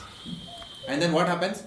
That film is developed under dark room. So under the mode of darkness, mode of ignorance, then those desires become manifest after some time. And then we try to artificially control, and one day, bang. Okay, we hear, oh, so and so fallen down, like that. So therefore, this lust is a deadly enemy. So it is called as Mahapapma. Mahapapma means what? Worst of sins and worst enemy, deadliest enemy. Mahapapma or Papma? Mahapapma is in the verse, but same thing. Mahapapma. Like that. So it is mentioned that in Rajniti, you know what is Rajniti? Rajniti means diplomacy. In the field, in the domain of diplomacy, it is said that one should conquer one's friend in 3 ways. Or one should conquer one's enemy in 3 ways. The first is that you can control an enemy through words. Right? In office we use it very often. If we know that somebody is trying to be very smart and he'll kick our chair, then we go and glorify. Oh, you're such a wonderful person. I see that you are the only person who never plays politics in office. Like that. A very genuine person you are. Maybe he will not kick my chair after that. Having said that. Or you try to win him over with words. Oh, you're wearing a nice shirt, man. By the way, where did you get it from? Oh, this, wonderful. It suits you perfect. So, our enemy we can try to conquer by words. Our enemy we can try to conquer by gifts. Right? We can take something and then on his birthday you give him something. So don't trouble me in office from tomorrow. Take this. I have brought Parker pen for you. I have got Taj Mahal from India for you. Please take. Like that. The third is, if words and gifts not, then punishment. Position. We can even give position. We can give position to that person. Okay. The most troublesome element, political element, can be given a position. We implemented it, isn't it, last week.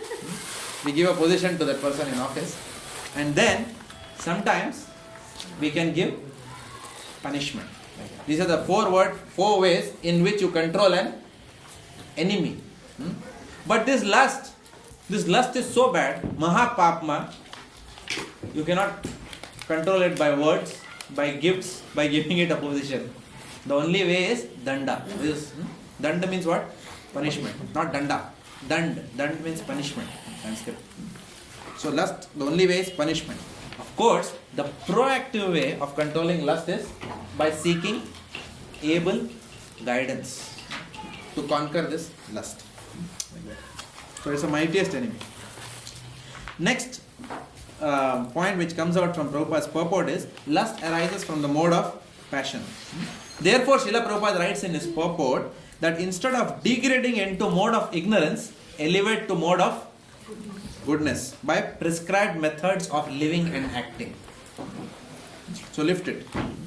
And Srila Prabhupada has given us a regimen for overcoming lust by prescribed methods. What is that? Rise early for chanting. When the body is fresh after a good night's sleep, then the desire to enjoy also goes up, because now the body is fresh to enjoy the opposite sex, like that. So get up early and then get out from that bed and go and chant, like that. Okay. So that is one. Then take bath. Taking bath itself is a wonderful activity. Bath immediately lifts one from the mode of ignorance to the mode of goodness. Many of you have felt like that, right? When you take a bath, now I can chant much better, like that. So it's, of course, chanting is not dependent. Tatrarpita niyamita smaranena kala. It's not dependent on any rules and regulations, but still it helps, like that. So it's a facilitator. Take bath. Then the other prescribed method is what? Laudably accept grihastha ashram. Take to grihastha ashram. Don't pretend that a very renounced brahmachari, like that. And then the mind is dwelling on the opposite sex. Go and marry.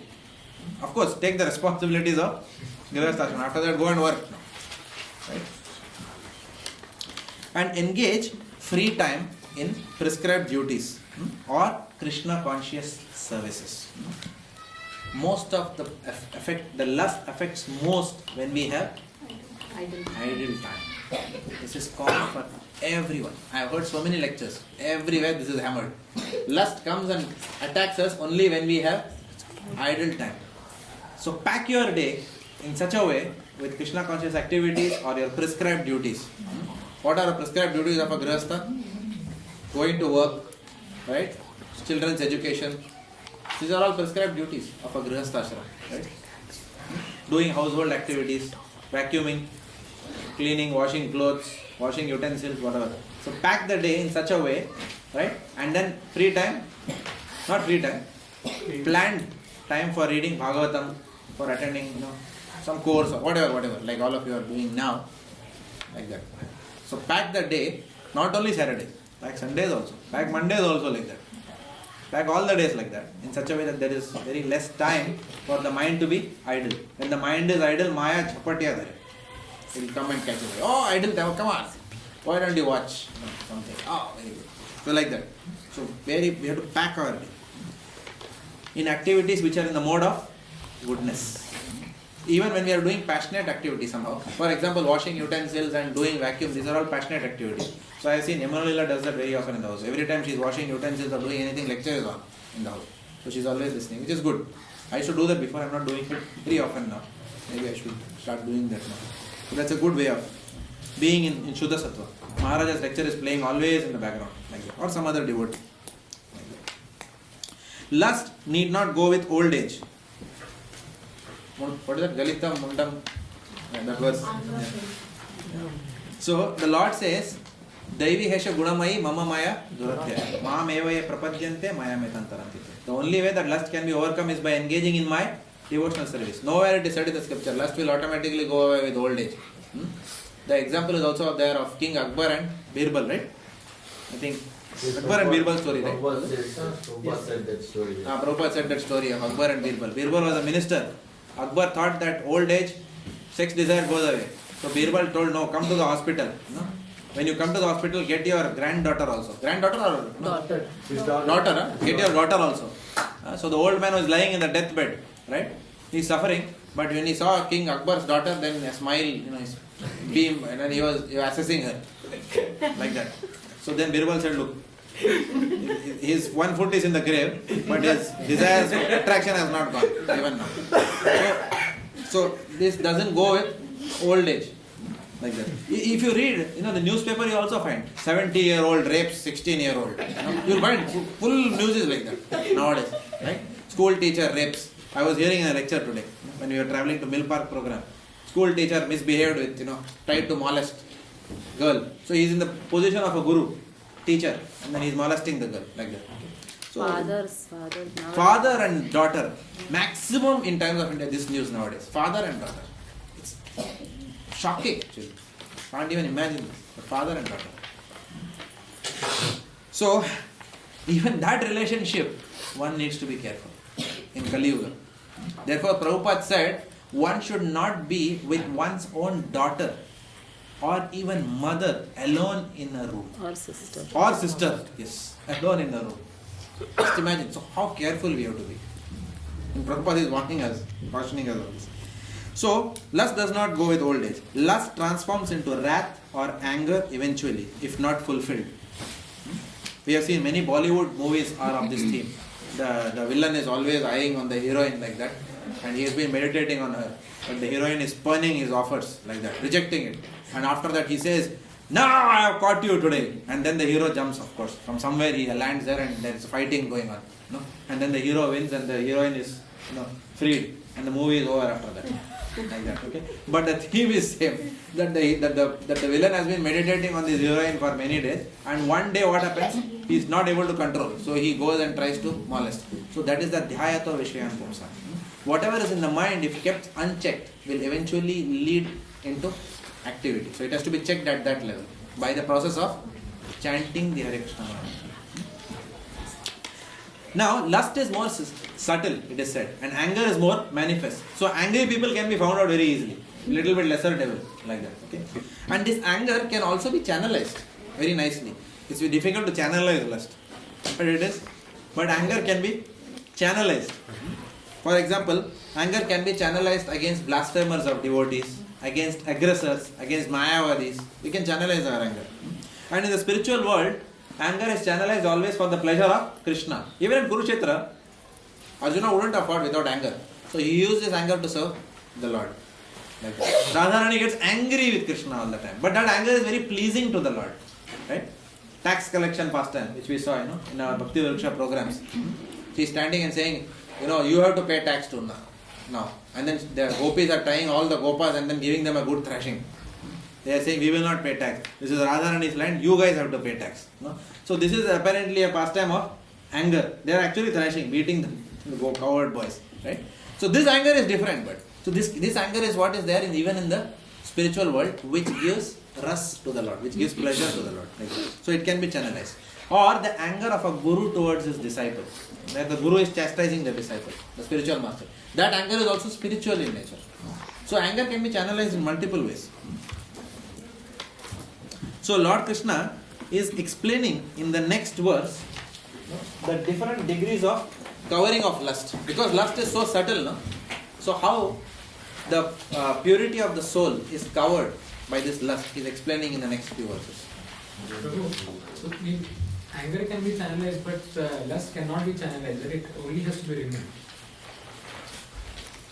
It has to be transformed into love.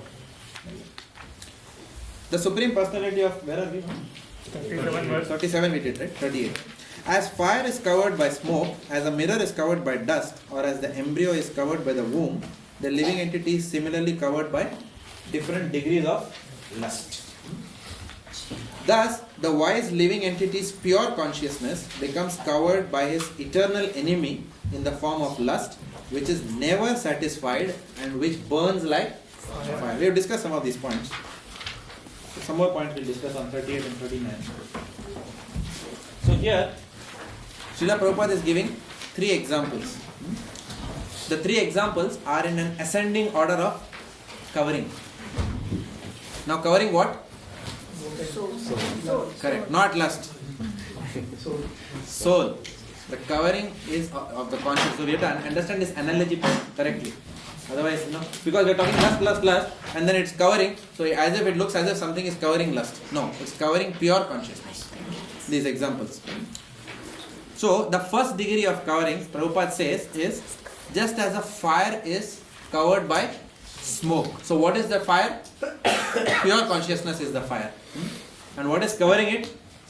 Smoke. That is the analogy of lust. Or contamination, if you like.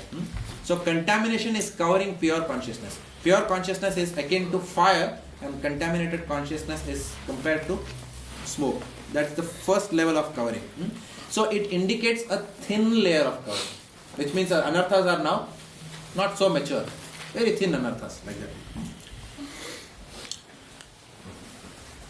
So Prabhupada Bhujan Prabhu writes in his purport that the reason Prabhupada is writing like this, because the heat and light coming from the fire are still manifest and usable. That's why this analogy is being given by Prabhupada. And this is compared to the human form. Am I clear, or have you lost me?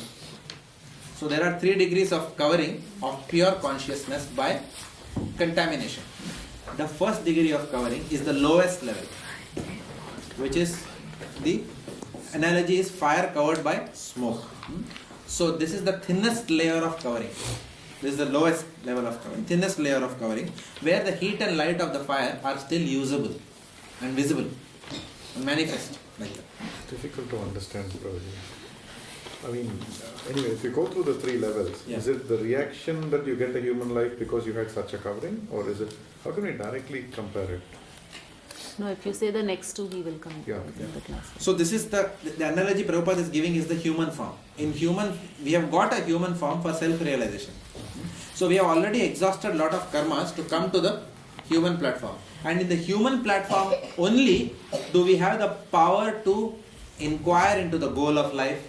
Do we have the power for rational thinking? We have the power of discrimination, right? All this is the prerogative of human form of life. It's not available in other animal forms, right? So therefore, Prabhupada is comparing this to human form. The second is mirror covered by dust. So it is the analogy is that it is getting thicker now. The covering, the contamination layer is thicker now, because one cannot see the reflection at all now. Earlier we were at least able to see a little bit of fire within the smoke, but now you can't see anything, right? But at least we can see the mirror. We can't see the reflection, but at least there is something. So there is birds and beasts. Prabhupada is here. Birds and beasts. There is some activity going on between birds and beasts. The third is compared to the embryo within the womb. The embryo within the womb cannot move at all. No independence, nothing. It just gets swayed. Whatever the mother eats, the embryo has to tolerate that. Wherever the mother goes, it has to tolerate. If the mother smokes, the embryo also smokes. Like that. Inhales. Like that. There is no choice. So this is like the child inside the womb, which can neither move nor can be seen. And Prabhupada compares that to trees. Right? For example, in India, there are not, give you an example, but in India there are not enough public urinals. So people can, pass urine anywhere. Right? Usually we say paid ke niche. Like that. So the tree does not object to that. But if you urinate on a leopard, you know what will happen. Correct? Isn't it? Correct? So that is why it is said, actually that is why it is said, Taroriva Sahishnuna. Trinadapi Sunichena, Taroriva Sahishnuna. As tolerant as a tree. Because a tree, you can do anything with a tree. After that, you can even cut the tree and then make, furniture out of that. Right? So therefore, the tree is so insensitive in one sense. It has got no choice. It is in one location only, bare bodied in one location. So that is like the embryo covered by the womb. That is a very pitiable position, a very low level of life at the body of a tree, where the covering is so thick that one has, because of that karma, one has become a tree. And Srila Prabhupada said that if one is very, one has got the habit of exposing one's body all the time, then you are sowing the life in the future to become a tree, because tree doesn't need any covering. Yeah, actually Prabhupada said that those kind of people get birth as trees, where you can just stand wherever you go, in the natural form. So only human form offers a chance to conquer lust by cultivation of Krishna consciousness under able guidance. And only in the human form of life can you really do an analysis of this contamination. We cannot do an analysis of contamination in an animal life, right? We said that lust is the mightiest enemy. Only in human form of life we can understand that this lust is a cause of all my previous births, right? And is the cause of my human form of life also. And therefore only in the human form you can strategize to counter this lust. Only in the human form can you find out, okay, my enemy, where is it located now? How can I attack this enemy? Where is it situated? First thing you have to identify is where that enemy is located. Then only you can attack the enemy, right? You have to know, oh yes, the US planes, should they move over the Afghanistan in the drone planes? Because you know, yes, the terrorist group is operating in this area. You have to locate your enemy to form an attack strategy, right? So that leads us to the next verse, which is 40. Where is lust located? The senses, the mind and the intelligence are the sitting places of this lust. Through them, lust covers the real knowledge of the living entity and bewilders him. So, this lust which is situated in the senses, mind and intelligence, it covers the knowledge of the absolute truth.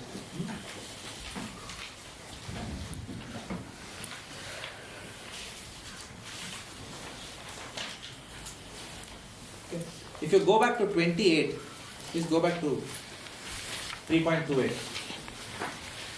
What is mentioned there? One who is in knowledge of the absolute truth, O mighty arm, does not engage himself in the senses and sense gratification, knowing well the differences between work and devotion and working for fruitful results. So that knowledge is very much essential for someone to make that discrimination. And what is mentioned here, lust covers that knowledge.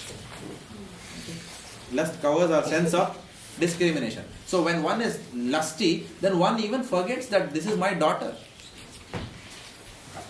How can I do it? I'm supposed to be a father, right? I'm supposed to give her protection. Who else will she trust in the world if I do this to her? She'll lose faith in the whole world, right? But the lust is so powerful, it even covers that knowledge. It's such a big enemy. Like that. So it is that knowledge of, or the science of self-realization, which differentiates whether one is working in the interest of Krishna or one is working against the interest of Krishna. And this lust has captured strategic positions in the body. Mind, intelligence and where else? Look at it. It's situated in the senses, it's situated in the mind and it's situated in the intelligence. All strategic positions it has taken. So, the question may come, now how to attack this lust? Where to begin, how to attack and how to overcome its power. Because what is happening is, because it is sitting in this strategic position, it is giving us it has an impact on our identity. Prabhupada says in these purports that lust gives us false identification also. So she is saying that there are 4 levels at which lust attacks. These are all manifestations of lust, Prabhupada is saying. First is identifying the body with the self. I am this body, so therefore all activities I should do somehow to satisfy this body without discrimination. Like that. That can be a gross or a subtle identification. It can be a subtle identification also. Some people say that I am this body. Some people think in a very subtle way. I am intelligent, I am capable, I am the president of this company. So because I am the president of this company, then I can do anything with my subordinates. No? Oh, after all, you are just a junior programmer who has joined. So what if I touch you inappropriately? How does it matter? Know that I am in power in this company. I am handling so many responsibilities. Actually, people start thinking like that. I remember that there was one girl who was doing a sales and marketing job. So she was given an opportunity. She was told by her company that you have to go with your client to another location, to another place, like that. And as she was traveling in the bus with that client started suddenly touching her inappropriately. Thinking that this is my customer, she is from the customer organization, I am a client organization, so I can hold her hand like that. And then this girl had to tell him, look, sorry, right? So she had to really tell him and then escalate that to the organization. So why? Because this man is now developing an identity that he is the client organization, he is a customer. So this lust comes in various forms and gives you different identities to justify to your mind that what you are doing is correct. Like that. So identifying the body with the self.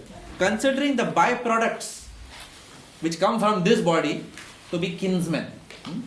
My son, my parents, my relatives, these are all manifestations of lust. Right? Aham mameti. That is why the Lord is saying that verse. He says, Pumsastriya mithuni bhavametam. He starts with that lust and finally he is ending with what? Janasya mohoyam aham mameti. Me and mine. The genesis of that is lust. Like that. Considering the land of birth to be worshipable. Subcaste, caste, language, state, country, society. All these things. They are all different manifestations of lust. Pilgrimage. Just to go for a bath. Prabhupada says that is like the bath of asses and, the baths of cows. Like that. So, false identification. Thinking that I am this body. If I go for a pilgrimage and take bath, bodily contamination is gone. Everything is gone. Like that. So many false philosophies also. We get subjugated or we subordinate ourselves to so many false philosophies because of this lust. It has captured such strategic position. So therefore it's very important to know how to attack and overcome it. Its power. That is text 41. Therefore, O Arjuna, solution. Best of the Bharatas, in the very beginning, curb this great symbol of lust. Jad se ukhad do, in Hindi we say. Remove it from the root. O Arjuna, best of the Bharatas, in the very beginning, curb this great symbol of sin, lust, by regulating the senses and slay this destroyer of knowledge and self-realization. Lust will destroy knowledge, lust will destroy self-realization. In the very beginning, identify it and remove it. The Lord is saying here. So, Srila Prabhupada mentioned in the purport that lust destroys both jnana as well as vijnana. What is the difference between jnana and vijnana? Knowledge and realized knowledge. Correct. Knowledge means knowledge and realized knowledge. Jnana is, I am not the body, I am the spirit soul. That is knowledge. Vijnana means what? That I am not only the spirit soul, but I am also an eternal servant of Krishna. So Srila Prabhupada writes very early, self-realization. The Science of Self-Realization book, I think Prabhupada writes. To know God and, to know that one is not the body. So to know what one is not, but also important to know what one is. One is a Jivaya Swarupa Hoy, Krishnera Nityadas. That is self-revelation. So this last destroys both of them. It destroys the knowledge as well as Vijnana. So one starts thinking I am the body and everything is for my enjoyment. So it is a perverted reflection of the love of God. Prabhupada writes in this purport. And then it is mentioned that the senses are the grossest. The senses are the grossest. What is easy to control, the gross or the subtle? The gross, right? So senses are the grossest. So that is why the regulative principles are given to control. That's why Lord Krishna, if you see, is writing in this purport that regulate the senses, he is saying. First he is saying regulate the senses because that is the grossest. Something which is gross is easier to control. So at least refrain from that activity, even if your mind is telling you. By refraining, then that is first level of control that one can have. So he is saying senses are the grossest. So senses are the easiest to control. Therefore, regulate these senses through the process of Vaidhi Sadhana Bhakti. That is where the whole Vaidhi Sadhana Bhakti and Pancharatrika Vidhi is coming in picture. However, the Lord says, yes, you work on your senses, you do your Vaidhi Sadhana Bhakti, but do not neglect your intelligence. Do not neglect to control at a subtle level also. First control at a gross level, but do not neglect intelligence. Because, Prabhupada writes in this purport, because this intelligence is just next door guard.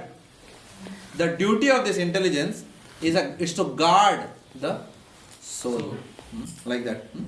And the duty of the intelligence actually is to protect the soul from Maya. However, this guard has taken bribe now. A guard who is bribed is not a guard anymore. Right? So this guard is now corrupted and bribed by the enemy of lust. So this intelligence is now covered by lust. So instead of protecting the senses, it's been already bribed. Therefore, do not accept the voice of your intelligence. Because this intelligence is karma. So do not use your intelligence to overcome lust. Instead, use the intelligence of Guru, Sadhu and Shastra. Because you are dealing with a bribed god right now. Is it clear? So that is the import of this verse. All this is leading up to that final verse, Tad Vidhi Pranipatena, which will come in the next chapter. But this is all the background is being made now. First, surrendering to a Guru. Like that. Only one question. You said use the intelligence from Guru, Sadhu and Shastra. Don't use your own intelligence. In order to use the intelligence from Guru, Sadhu and Shastra, you need to use your own intelligence. How does it resolve? No, we don't have to necessarily use our intelligence. We can, even if you are fool number one, we can ask another devotee and another devotee will consult Guru in this matter. Like that. But let's say if we hear... Of course, there is some use of our intelligence. If you see, actually, there is some use of that intelligence. But that's more use of the free will. Accepting that I am a fool, then making use of the free will to go to Guru, go to the umbrella, to take the shelter of Guru, Sadhu and Shastra. There is some discretion you are using. I understand what you are saying. But the free will still has to be exercised under our own intelligence. Yes. That choice we have to still make. Yeah. So yes, you are right. But Prabhupada's mood here is what? That don't rely on our own intelligence. Own intelligence means what you are saying is that, for example, somebody may say, okay, I am going to make a New Year resolution that I will never look at any other woman other than my wife. So this is like relying on your own intelligence. Or reading a book which says, how to get, how to overcome attraction to the opposite sex by somebody who is not a devotee at all. I am saying that in management philosophy it is mentioned like that these things can be done. Or in the science of morals, it is written, one should look at every woman like she is mother. Okay, fine. I will look everyone like my mother. So all this is fine, but has it succeeded in controlling the problems in this world? No. One has to actually take to the process of Vaidhi Sadhana Bhakti. There is no other way actually. That is why Mahaprabhu said, in the age of quarrel and hypocrisy, there is no other way. No other way, no other way. 3 times he has said. There is no other way.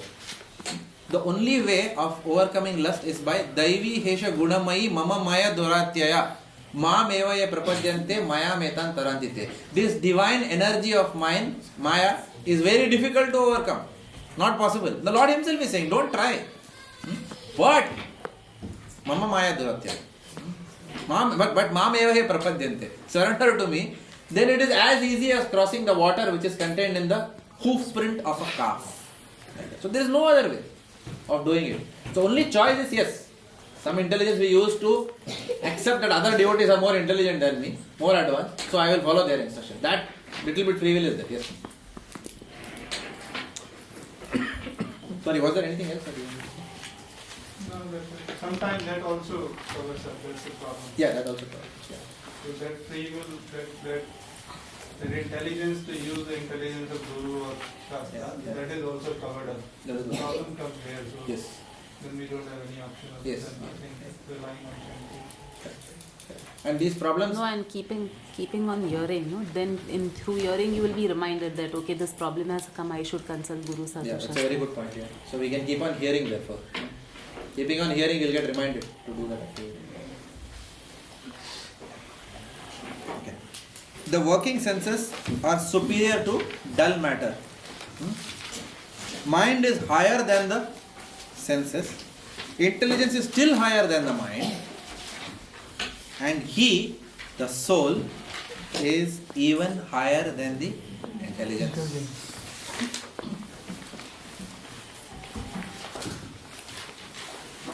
So here, Prabhupada is giving Lord Krishna is directly giving a hierarchy, if you like, of who is superior over who.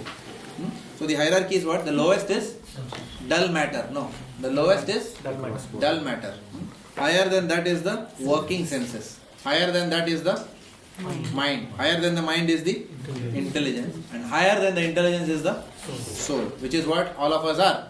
Because the soul belongs to the superior energy of the Lord, whereas all others belong to the inferior energy of the Lord. Because subtle body is also made of matter. It's not made of Satchidananda. Soul is Satchidananda. So mind and intelligence are matter. Yeah, they are matter. There is gross matter and then there is subtle matter. But both are matter. One is easily perceived, one is subtler. Therefore not perceived directly. Experienced. It's like ether is also being matter. Pardon? Ether being matter. Yeah, they are all matter. They are all coming from the Mahat Tattva, ether. And the third canto of Srimad Bhagavatam gives an elaborate description. What comes from what. You know? False ego plus the mode of goodness makes the demigods, blah blah blah blah. All that is given there. How ether comes from what? Ultimately, the conclusion is everything comes from sound, which you will come to know when you study that. It's a very analytical study, Sankhya Yoga. Okay. The soul, you say these things are subtle matters. Soul will have a pure intelligence, mind property as well. Yes. Which way, as soul is covered, those properties are covered as well. That it's not manifested, but the subtle properties have taken over.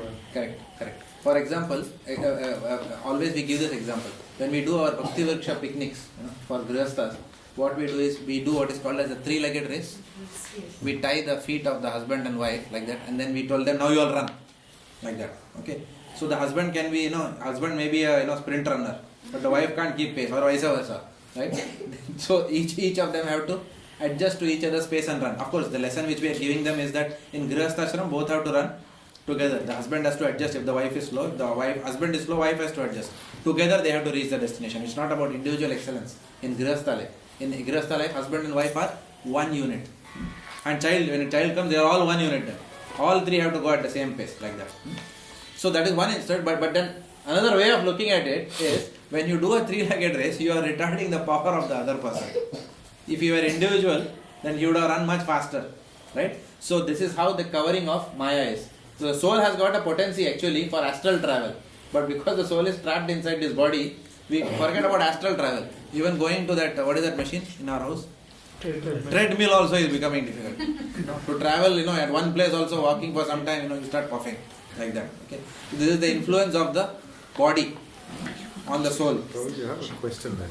So the soul, as you explained, there is, and then there is next door there is intelligence, and then we have the mind. Yeah. So, but then soul in spiritual world, how is it full of knowledge then? So without the soul itself, soul itself is knowledge. Soul itself is knowledge. So it doesn't need any special intelligence or whatever. It's like a diamond ring. If you cover it, with a black paper, then the diamond is shining. But because of the black paper around it, it's not able to exhibit it. So then say that when the soul comes down to this material world, it then gives up its intelligence to material intelligence. No. The material intelligence covers. The soul doesn't give up anything. The soul cannot be cut. It's immutable. But then it feels that it's better to use the material intelligence while we are in the material world, is it? Or no, it's not good to use the material intelligence when we are in the material world. But then if we do follow non-devotee, for example, why doesn't it use its intelligence? Because it's covered.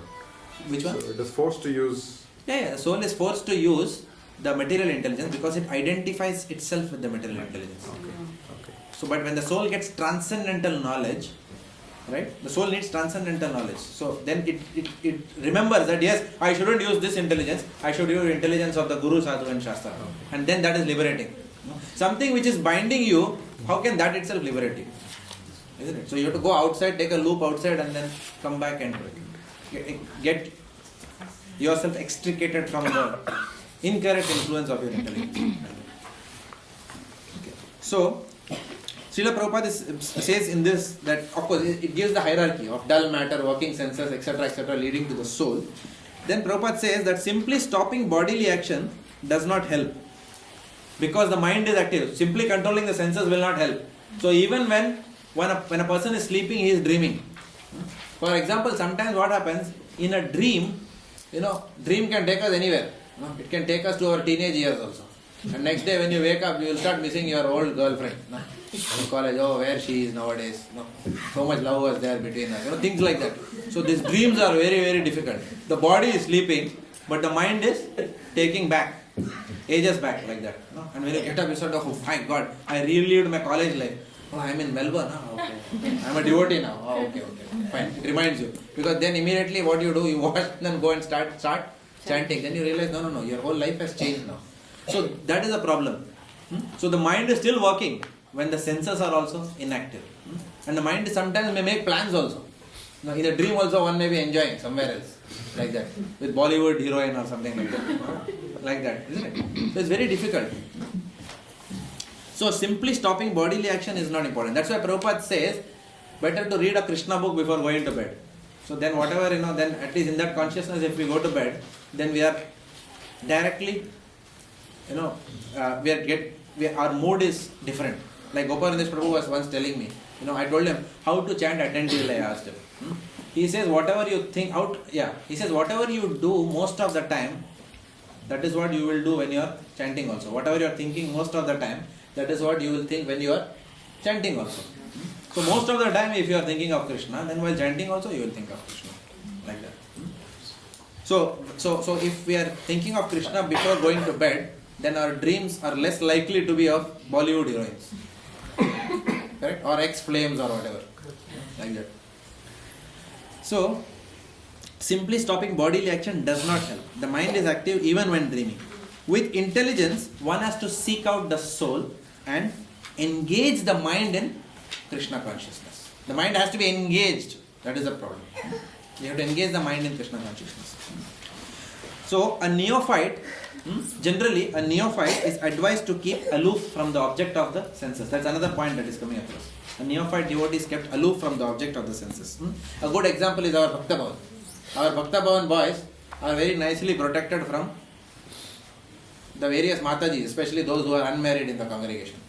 And those boys who have disobeyed that instruction have inevitably seen a fall down. And those Matajis also. So the boys will then immediately start seeking out Matajis like that. So Nityananda Prabhu, Priya Prabhu and his team, they are doing a great job with the boys of keeping them in check. And that check is required. It is required in the congregation. Everybody is monitored. Even if a Prabhuji is talking more time with Mataji than pulled up. Haribo, what job you have? Any service is there? Like that. Nothing, then why you are joking and talking like that? No, not required. Not required. Just go about, do your business. Go to Krishna consciousness, do your duty, service, come home. Yes, if your body needs rest, sleep. If you have gone for Mangalarti, tired, sleep. After that, get up, some other devotee will cook breakfast for you. After that, sit and do your studies. After that, go for your job and come back. Again, evening, go and do your service in the temple and come back. Okay, Prabhu, my senses are okay, no problem. Finish your education, get into a job, we will look for a girl. Devamrit Swami will come, arrange for someone. No problem. Yeah, that is the correct way of going about things. Or Gurujan Prabhu will arrange, or some Maharaj will arrange, something will there. Something will come out, a temple president will arrange. Leave it to the authorities and get into a Grihastha ashram nicely. Then things are stable like that. But initially, they have to be kept away. When they are not mature in Krishna consciousness, you have to forcefully put some restraint. Otherwise, then there will be complete chaos. Okay. Prabhu, after all, she is also devotee only, Prabhu. Like that.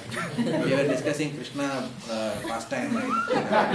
All this nonsense. Prabhu, we are thinking we'll read Bhagavatam together with Mataji. Why you want to read with Mataji? You come and read with Prabhu. So much interested in Bhagavatam. Why you need Mataji only for that? Mataji will teach me, some, kartal how to play. No, we will also teach you. No need.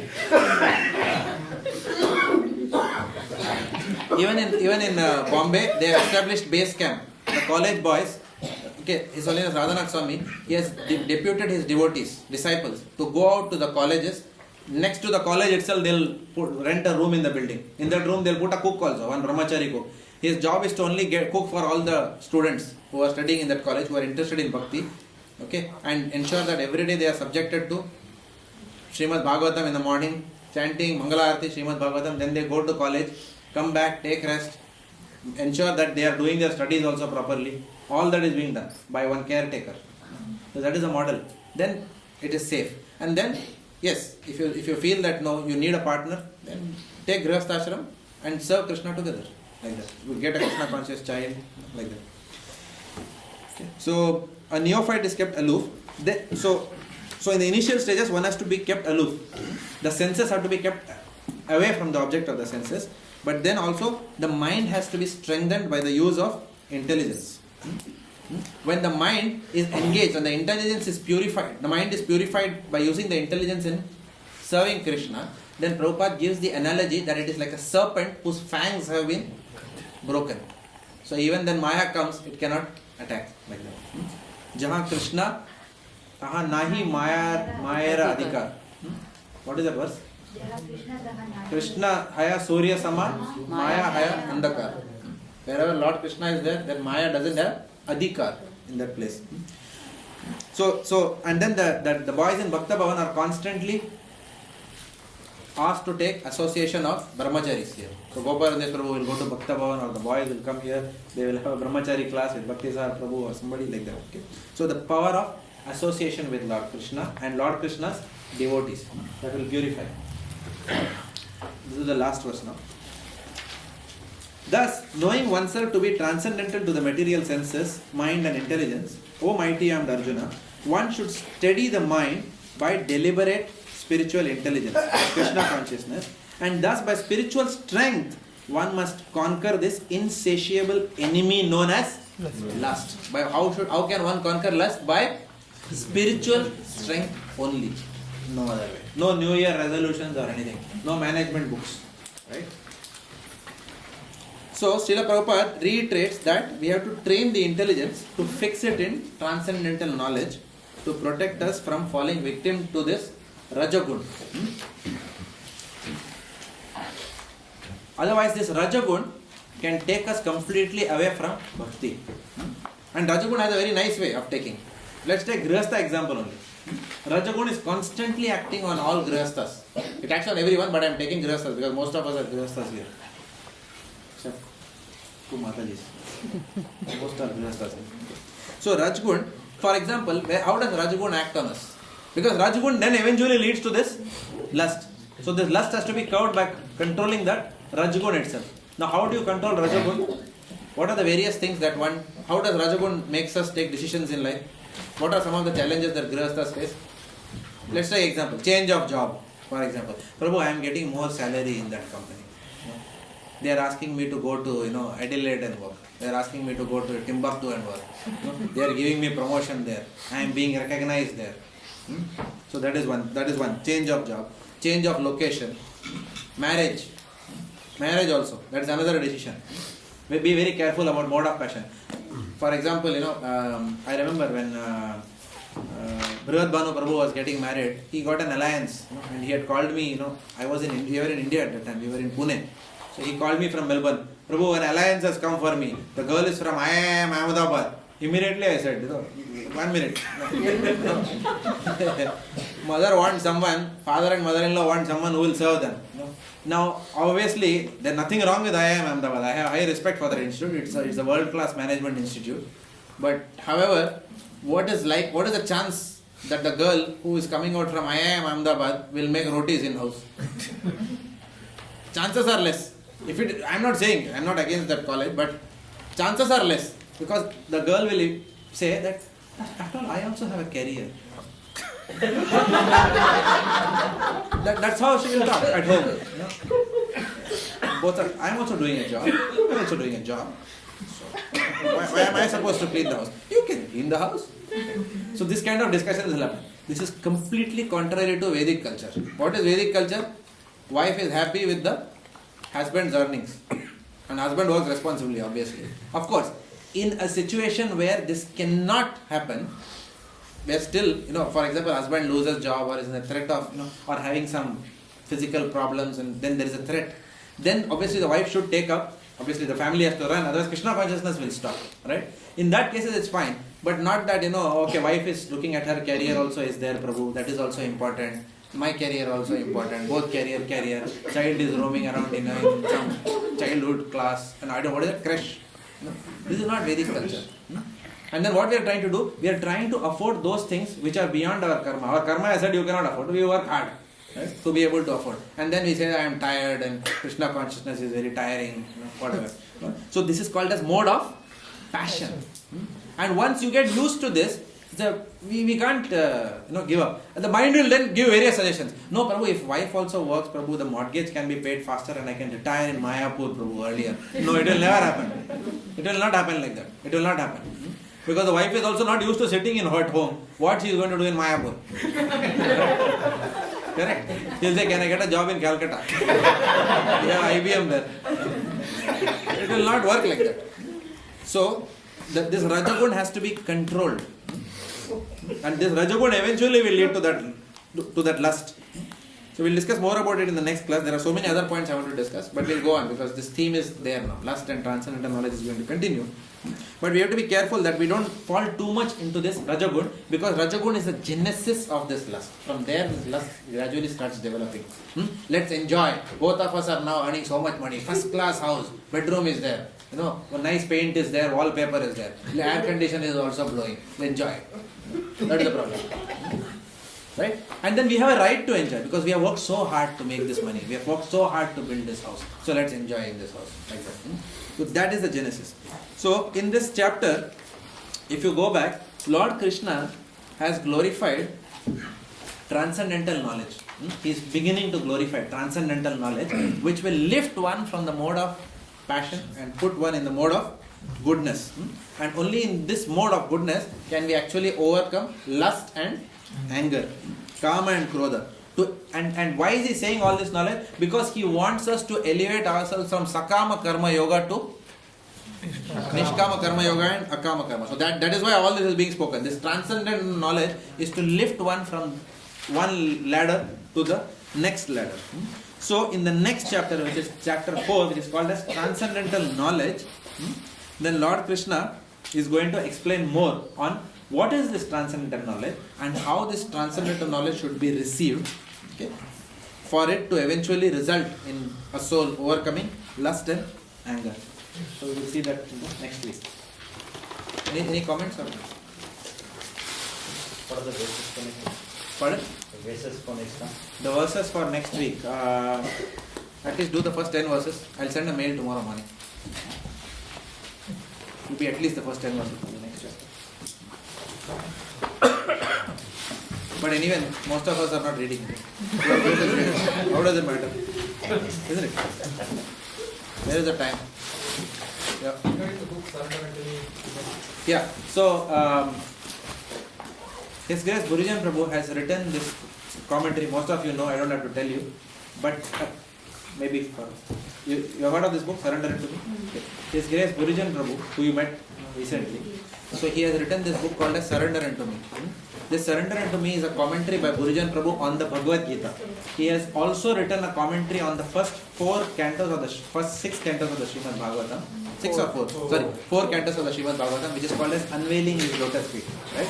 So in this course, it will be extremely useful for all of you from Bhagavad Gita learning point of view as well as examination point of view to study along with Srila Prabhupada's purport, Gurujan Prabhu's commentaries. They are very powerful. Personally, I am benefiting quite a lot. Only by reading Srila Prabhupada's book, sometimes I am not able to really understand what Prabhupada is talking. But when Gurujan Prabhu's comments, then you really come to understand what Srila Prabhupada is. You get that much more deeper understanding out of those verses. So we encourage, request all of you, please buy these books, right? And it will be really a very good friend for you throughout your life. Gurujan Prabhu's books. He has written it in very simple language. Bhagavad Gita made simple, if you like. Of course, Prabhupada also made it simple, but Prabhupada's disciples are more merciful than Prabhupada. In that sense, on us. So Radhakrishna Prabhu has very nicely arranged for the copies to be available, not at the cost price. I think they are getting a discounted price, right? Yeah, discounted price. Yeah. So please collect your copy today, if possible. No, I don't have the copy. You don't have a copy. I'm sorry. So please collect your copy at the earliest. Next week I will have. Next week. I was trying to have it, but I couldn't make it. So what is the recommended donation? So people come ready with that. Or give your account number, they'll remit to you. $15. Maybe I can send my bank account details. Yeah. Is that easier for everyone? Bank account instead of everyone coming with rupee notes and sorry, not rupee, dollar notes. Yeah. So give your bank account to everyone. When will we? Have you submitted your second essay? When? Yesterday. So you'll get your first essay soon. I have given the third essays for the pleasure of all of you. Aiden Prabhu, are you receiving the mails on essays? Okay, who is your self-servant. Yogeshwar Guru. So he is giving you your essays. Third essay you should have, third set of essays you should have. What about the first and second set? So have you been able to work on that? The first set, the second one we've done. Second one you have done? Yeah. Okay. So I have not started marking the papers. It's only today that I cleaned up my Gmail account.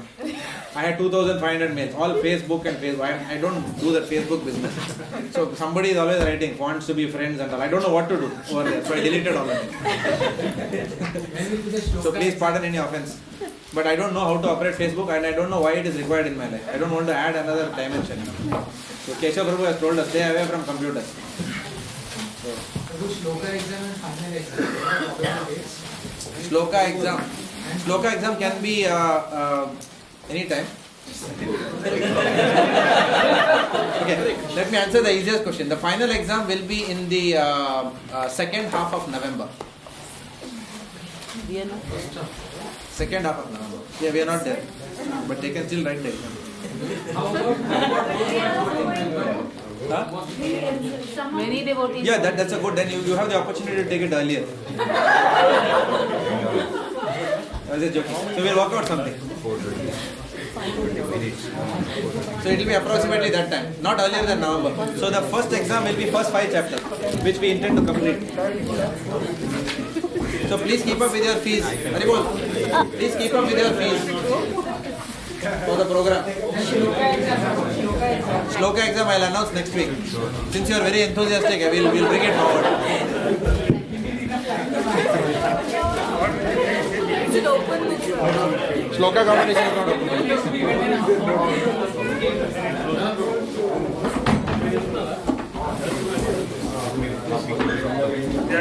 Srila Prabhupada ki